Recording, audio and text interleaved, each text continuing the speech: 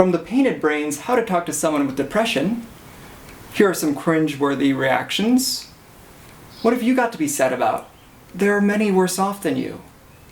No one ever said that life was fair. Stop feeling sorry for yourself. So, if you're depressed, then aren't you always? Snap out of it. It's your own fault. Believe me, I know how you feel. I was depressed for a week after my dog died. Your moods are bringing everyone around you down with you. If you go out and socialize, it will go away. Have you tried chamomile tea? Have you tried chamomile tea? And then I added this one, because I'm guilty of it. How about yoga? Here are much more useful affirmations. You're not alone in this. You are important to me. Do you want a hug? You are not going crazy. We are not on this earth to see through one another, but to see one another through. When these feelings subside, I'll still be here, and so will you. I can't really understand what you're feeling, but I can offer my compassion. I am not going to leave you or abandon you. I love you. And say that only if you mean it. I'm sorry that you're in so much pain. I'm not going to leave you. I'm going to take care of myself, so you don't need to worry that your pain might hurt me. I made this little diagram that's called the different parts to a yoga practice. Yoga is meditation. Yoga is softening. Yoga is struggle. Yoga is rest. Yoga is noticing your body. Yoga is steadiness and ease.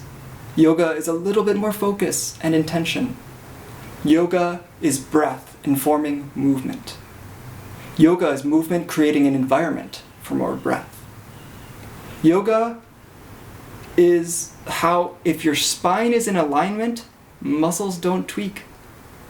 Yoga is a 5,000-year-old Indian philosophy.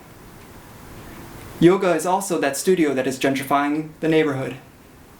Yoga is the physical part, called asana. Yoga is reducing future pain. Yoga is being with people. Yoga is striving and effort. Yoga is you for you. Have you tried yoga? Everyone is learning disabled in some way.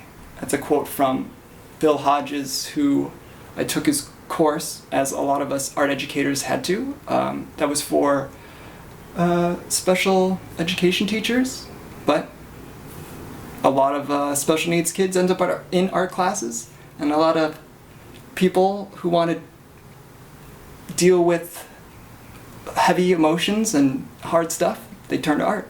So it just makes sense. Art making is extremely therapeutic. Highly suggest it. Big part of somatic therapy. Just a reminder, this is a rough draft. I'm calling this version 0.12, where I've included some QR codes for this audiobook, as well as a link to my brochure, How to Advocate for Yourself at the Doctor's Office. I also took a lot of this from other people, specifically Jesse Meadows, aka Queer Vengeance, and there's a lot of anecdotes that I thought were really interesting. And again, even this has little updates. Like on the back it says, you can ask a doctor about a generic version. People might forget about that. But it turns out generic versions can also be kind of dangerous. I only learned this recently, so it's a good idea not to go to WebMD online, but actually check out the People's Pharmacy. I think it's .com. But that's where I heard that one of the medications I was on was actually kind of dangerous. It was generic Wellbutrin, and it's kind of maddening to know that generics can be different, because I always thought they were exactly the same.